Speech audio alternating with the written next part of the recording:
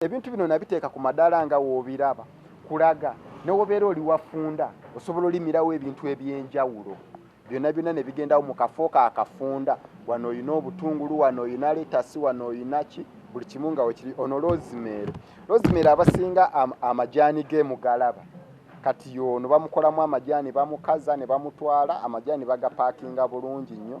Osobola n'okafuna wano eno bwe kati kana akati n'okateeka mu caayi era kawo kali kaba kavaayo kasigala kavaayo era omulaba namulimira mu kiveera. Kati nayagala okulaga nti okulima kuno tekukwetaagisa kuba na kitaka mbu nnyina kuba na kibanja.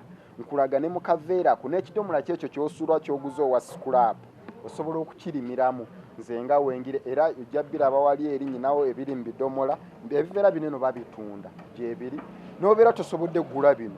Abazimbi bazimba buli lukya ofuna ekigundi kye ekya seminti n'oteekamu bulungi n'oteekamu. Rosemary talina kyamaanyi kye yeetaagisa mazzi. Kati ekiveera kye ŋŋambako kino kiveera kya seminti era rosemary wuuno rosemary yeetaaga mazzi talina mbuno ate ejja kwetaagisa eddagala lino eno kubanga akawoowo obuuka obusinga olumba ebimera byaffe tebyagala buwoowo.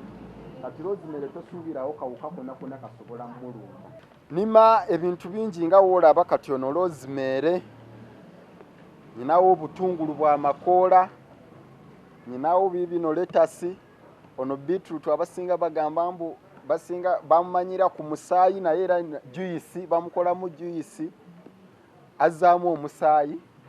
Abasinga bamanyi juice we abamumyufu yono beetroot aba afaanana bwawati. Abasinga mulaba mu katale balaba kibala naye tebamanyi kifaanana kitya.